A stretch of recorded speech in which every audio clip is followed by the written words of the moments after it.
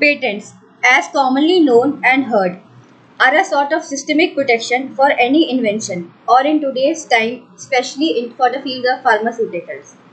But sadly, contrary to what should be done in this time of crisis and pandemic, many big countries are vying for patent protection, not for any moral obligation, but only for scoring personal and political gains.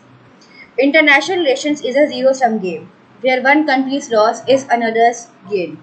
Obviously, in terms of pharma sector, where 280 raw materials have been used by Pfizer in making its vaccine, they would be insecure if they do not get it patent, and if their formula is stolen. Imagine, would a developing country like India ever share her formula of Covaxin and Covishield? Never. It should never do that, irrespective of how much the efficacy rate of the homemade vaccine is. Then why don't no we why we as a country are pressurizing the developed nations to share their formula? But yes, we would have done that if this would have been Nehru's India, just like how it gave the permanent birth of UNSU to China previously. When we are not ready to make a fool of ourselves, then why fool others? But as they say, everything has many aspects to it. This is not for the first time that developed countries are going for patents.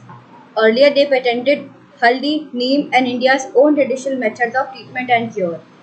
This was a huge loss to us. And similarly, if they patent their vaccine formulas, we would be again at loss. So, fighting for a waiver to vaccine patent is as much important as fighting the pandemic is. Since we all know that how the virus was manufactured in Wuhan lab, we cannot afford to give away our rights for a vaccine patent waiver. After all, IR is all about realism, and every nation state, especially India, needs to be pragmatic about everything instead of being idealistic.